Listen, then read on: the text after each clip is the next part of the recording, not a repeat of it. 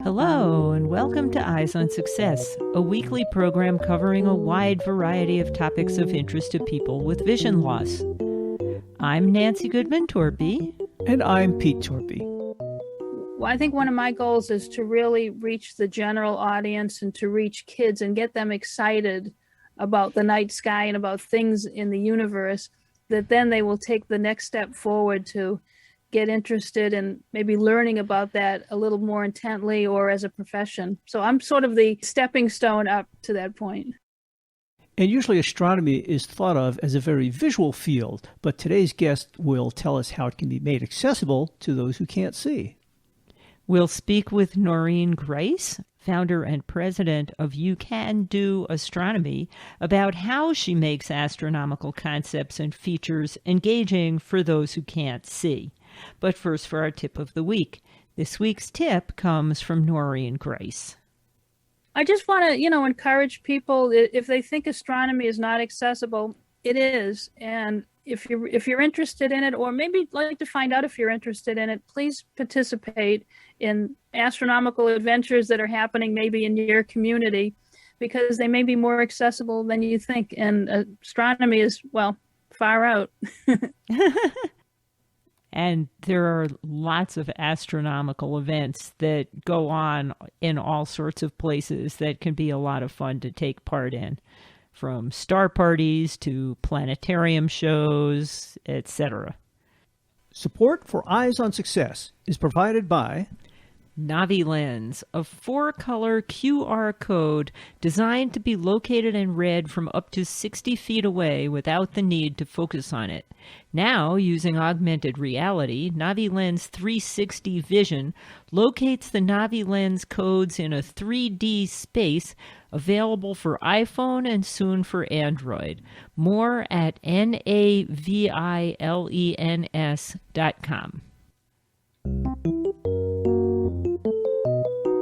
You are listening to Eyes on Success. Success, success, success, success, success. Let's start by meeting Noreen and learning about what first motivated her to make astronomy more accessible to people with vision loss. My name is Noreen Grice. I am founder and president of You Can Do Astronomy, LLC. It's a consulting company where I make astronomy more accessible to people with disabilities, especially those with visual impairment. And how long have you been doing that? Well, I have formally had my consulting company since 2004, but I've actually been involved in making astronomy accessible since 1984. Wow.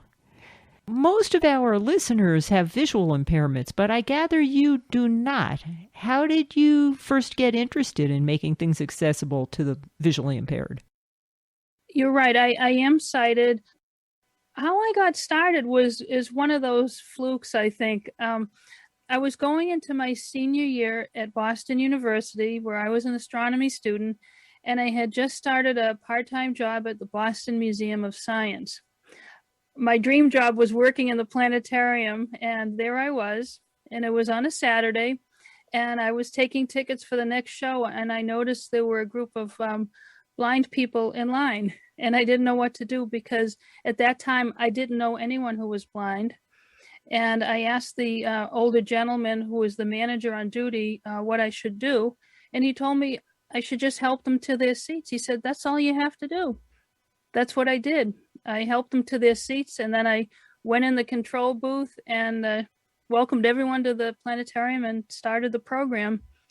And it was mostly an automated program. So at the end of the program, I just had to say, well, thank you very much for visiting the planetarium, and enjoy your visit to the Museum of Science. But during the program, I kept looking at the group of blind people, and I thought, I wonder what they think about the program. So at the end of the program, as they approached the door where I was sitting, I came around and asked them how they liked the show. I figured they might say, yeah, it was okay. But that's not what they said. They said the show stunk. And that was very surprising to me. And actually, that I felt really bad about that, because I thought the planetarium was the most wonderful place in the universe. And clearly it wasn't. not for this group of people. So it got me thinking, astronomy is not really accessible to anyone who's visually impaired. I never thought about it until that group really opened my eyes to the problem. And I thought, I don't know how to fix this, but I'm going to try. And that's how I got started. What an interesting beginning. I wonder what would have happened if I wasn't working that Saturday. Really, I might not have ever thought of that, but I'm so glad that I was working that day. Eyes on Success is made possible in part by our corporate partners. Underwriting pairs the impact of targeted marketing with the integrity of community goodwill. Learn more by sending an email to hosts@eyesonsuccess.net. This week's focus topic is on how Noreen manages to make astronomical concepts and features engaging for those who can't see them.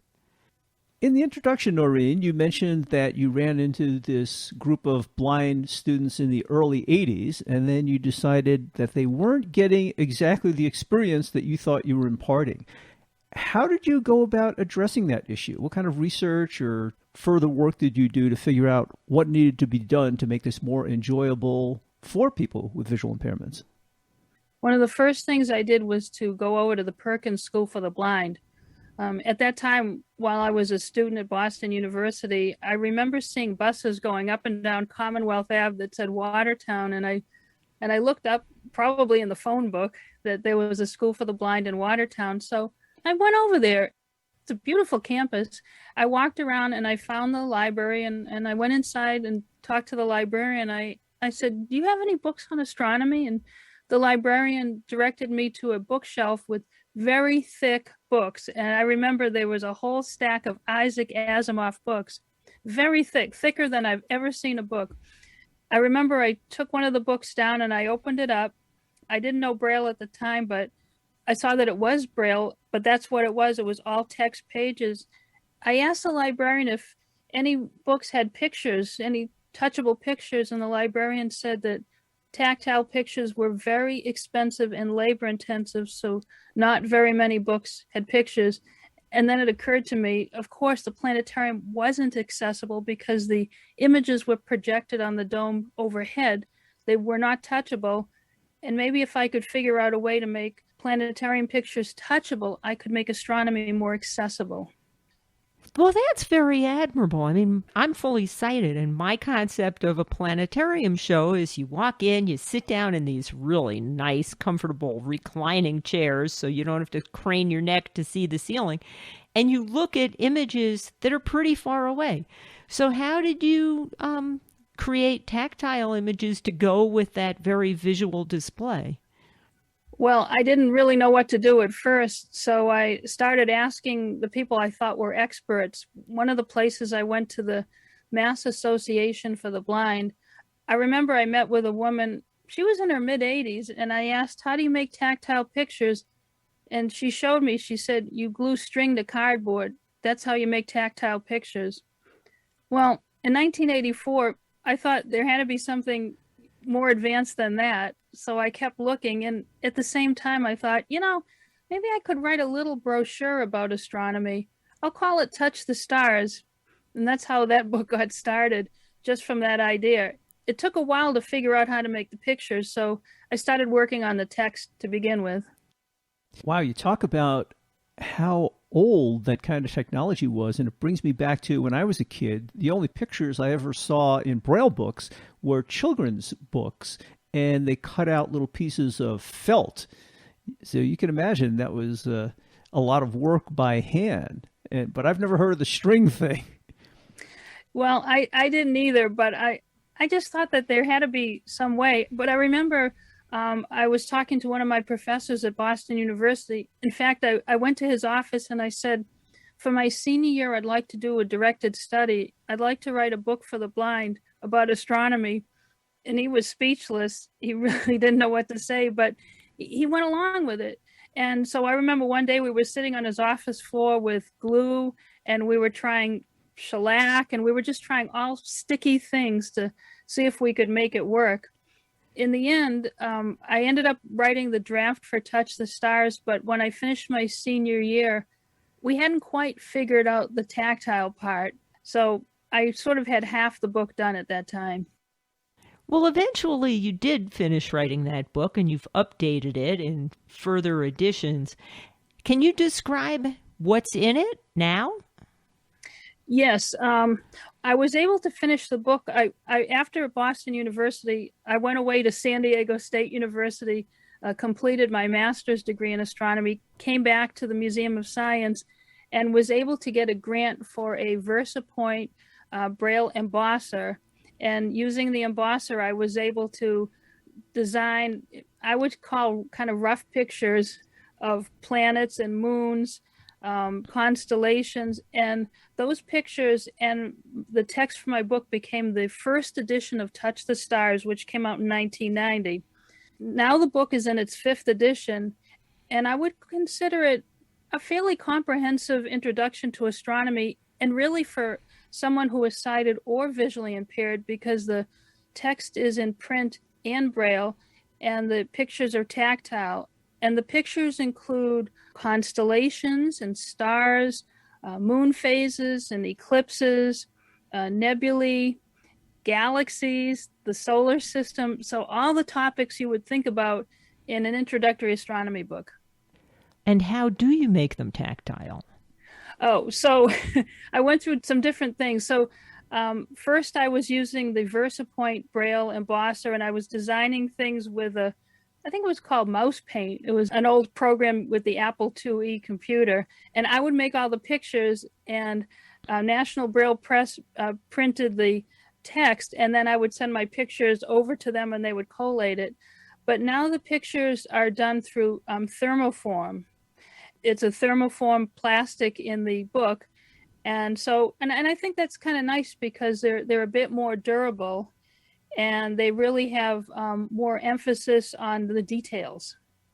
Yeah, the thermoform gives you a lot more detail from what I've seen. The VersaPoint was kind of unique as one of the very early Braille printers that could actually do graphics. Most of them back then would only do text. This is true. The only difficulty, well, one of the difficulties I had with the VersaPoint was it couldn't make really nice circles. The circles were sort of steps, so like a little zigzag around the edges. And I remember that the exhibit department asked me if I would make a picture of the Tyrannosaurus Rex. And so when I did, I tried to draw the Tyrannosaurus Rex, with his mouth open like, "Arr!" But instead he looked like he was smiling. I couldn't quite get the face right. So Touch the Stars was your first book, but you've written many others since then. What other books have you written? Yep. So Touch the Stars was my first book, and then that actually led to a series of books with NASA.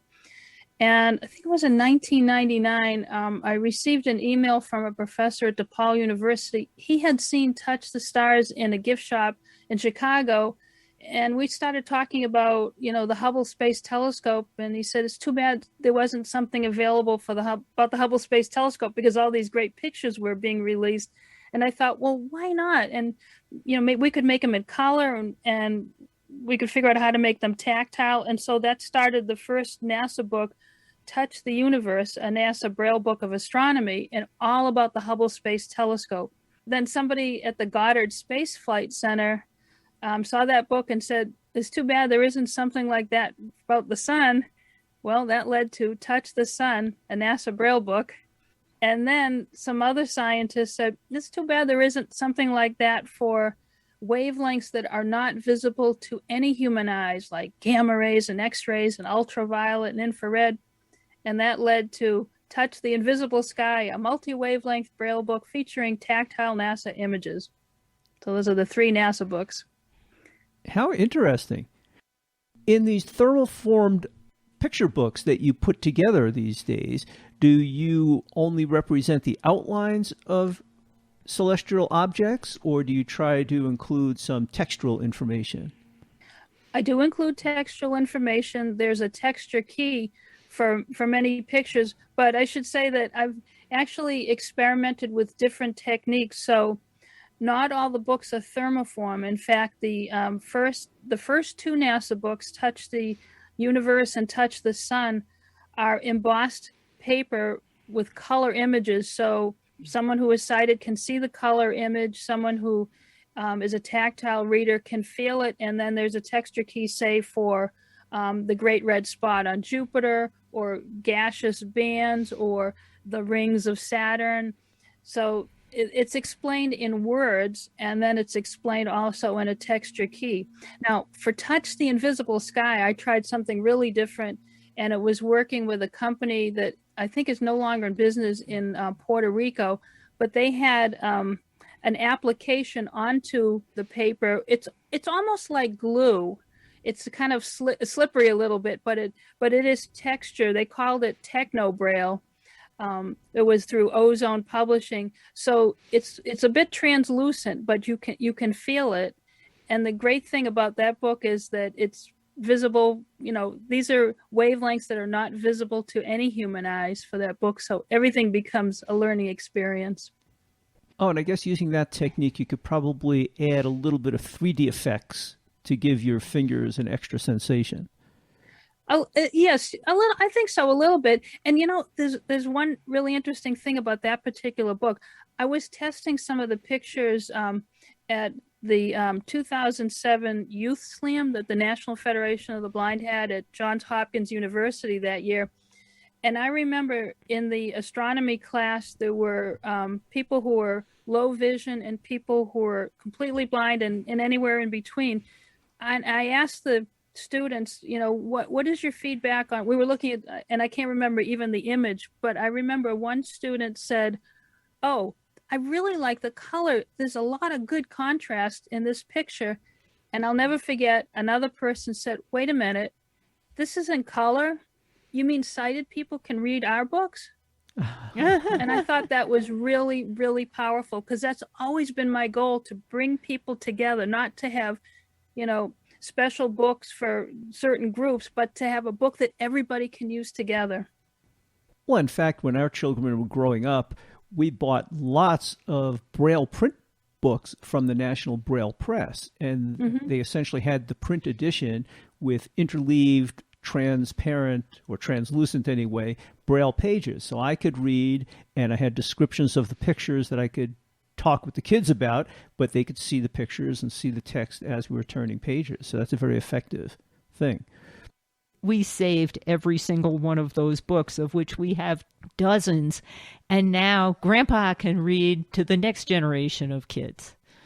Yeah, and I know those kind of books you're talking about. And actually, when I was working on the first NASA book, that was what I was trying to do, to actually interleave a tactile, transparent page on top of the picture. But it ended up that we decided to do embossed color pictures, and it was cost effective, but it worked. It's also nice that you are cognizant of using colors, because there are many levels of blindness. Some people are partially sighted and they can see colors, they can see shapes, but they may not be able to read the text. Yes, I'm also very aware of, I'm always thinking about contrast. And I've worked on projects beyond the books. I've worked on some exhibits. And I did an exhibit, the kiosk with Goddard Space Flight Center, that was on multi-wavelength astronomy, that had different pictures of, I think it was on Jupiter on one side. And they all were highly contrast from one to another. And also some traveling exhibits for the Chandra X-ray Center, which is over at Harvard, and having different contrasts for the pictures, so that it was very easy to see visually and very easy to touch tactily. I understand that in addition to creating these exhibits yourself, you also make it easier for other people to make their exhibits and planetarium experiences more accessible. Yes, and this is what I try to do through my consulting. The experience I've had, I ended up working 26 years at the Museum of Science in Boston, and almost 6 years at the Children's Museum in West Hartford. So I have a lot of experience with different types of learners, and everybody has different learning styles. And so I've worked to create a book called Everyone's Universe, which approaches teaching astronomy for someone who is maybe in a wheelchair or has physical challenges, somebody who is visually impaired or hearing impaired, somebody who does not communicate verbally, someone who may be on the autism spectrum. So approaching these different areas and trying to make astronomy exciting and accessible for everyone has always been my goal. This must take a lot of time. It sounds like a lot of people are approaching you these days for your expertise in producing these types of devices and books and exhibits, etc. I take it you're doing this full time, this consulting these days. Yeah, projects come and go, and sometimes I'm more busy than others, but I really enjoy it. Most recently, the Astronomical Society of the Pacific brought me in on a project to make some informal educational activities that they had created more accessible. And so, looking at something and maybe it involves walking up and down the aisles of a craft store or sometimes Home Depot to get ideas. I just love problem solving, and usually the result makes it more accessible for everybody and more interesting. So I think that's kind of fun. Well, anything that makes it more interesting is good. People have curious minds, and if they see something a little bit different and it catches their imagination and they're involved with it, that's great. They're going to be more interested in science and be willing to learn more science. Yeah, and I think that kids are getting more interested in the STEM field, science, technology, engineering. And I want people to know that it doesn't matter whether you have a visual impairment or any kind of a disability or not, or a different learning style, you be part of it. And I think it's enriching for everybody to get everyone's perspective. Diversity is number one. And I understand you work with the National Center for Blind Youth in Science through the National Federation of the Blind to help make that happen? Yes, I was one of the people who was involved when that was first being formed, and the National Federation of the Blind has been very proactive in making science and engineering more accessible. When they started the programs, I think it went back to, I remember in 2005, they had a program called the Circle of Life Academy.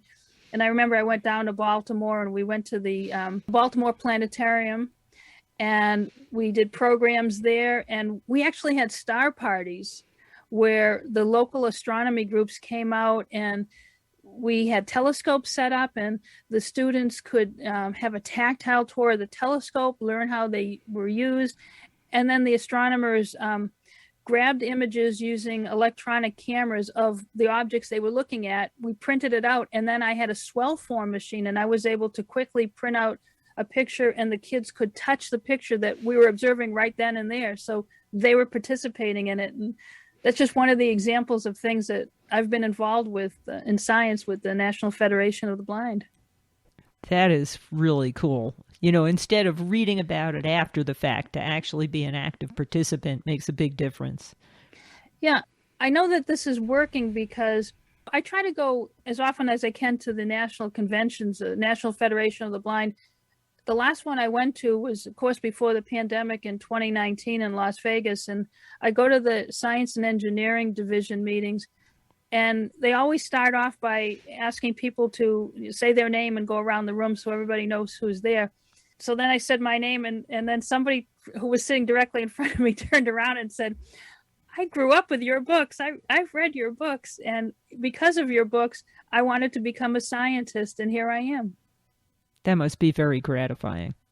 Yeah, I felt a little old, but yes, but it's great. It's great because sometimes you don't know if you're making a difference until somebody comes up to you and says, you really are.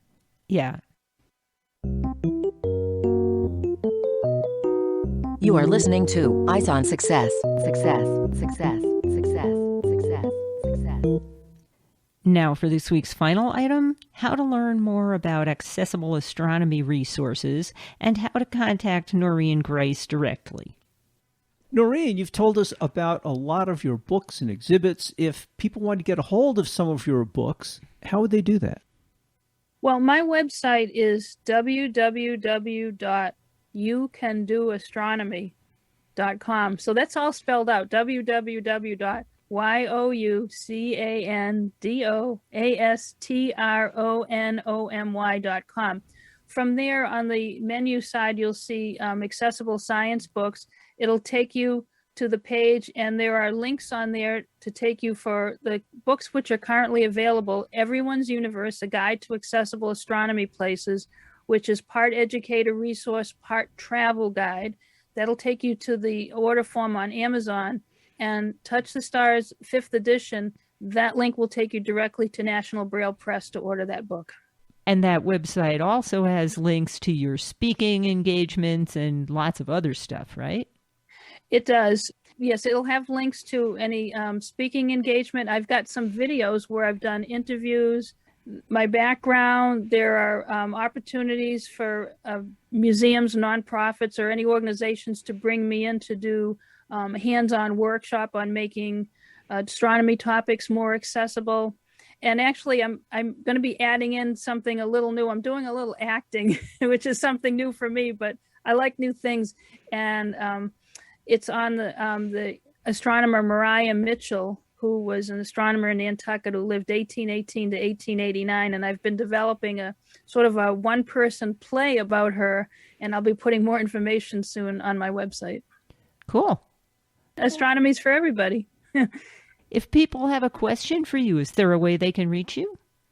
Yes, probably the easiest way is on the bottom of my website, it says contact Noreen Grice. So if they hit that link, it will send the email to me. Do you have a social media presence? I do. I have a Facebook page that just search for Noreen Grice. I also have on Facebook, You Can Do Astronomy. And on LinkedIn, people can find me at linkedin.com/in/Noreen Grice. Noreen, what other ways can people experience astronomy? I hope that people will consider visiting their local planetarium, even though it seems like an all-visual experience. You know, hopefully that the planetariums will have some of my accessible materials to make their planetarium shows more accessible to the audience. Because I know that some of the planetariums do have Touch the Stars right there available to pull out to go along with their shows. So people should ask when they go to the planetarium. As we do when we go to any museum, we ask them how accessible their exhibits are and if there's anything special for people who are visually impaired. Mm-hmm. Yeah, it sounds like a good idea. And of course, you can find all of that contact information in the show notes associated with this episode at www.eyesonsuccess.net. That's it for show number 2132.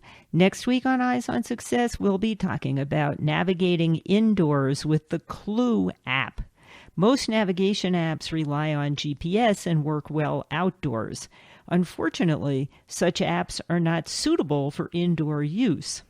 We will speak with Paul Ruvolo about the Clue app that he developed, which overcomes this limitation by making use of Apple's AR kit and the phone's camera in order to guide users from point to point indoors.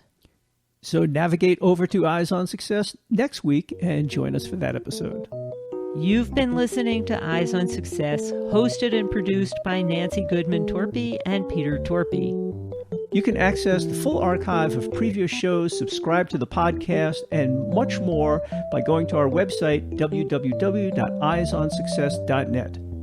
If you have questions about anything you've heard on the show or have suggestions for future shows, send an email to hosts@eyesonsuccess.net.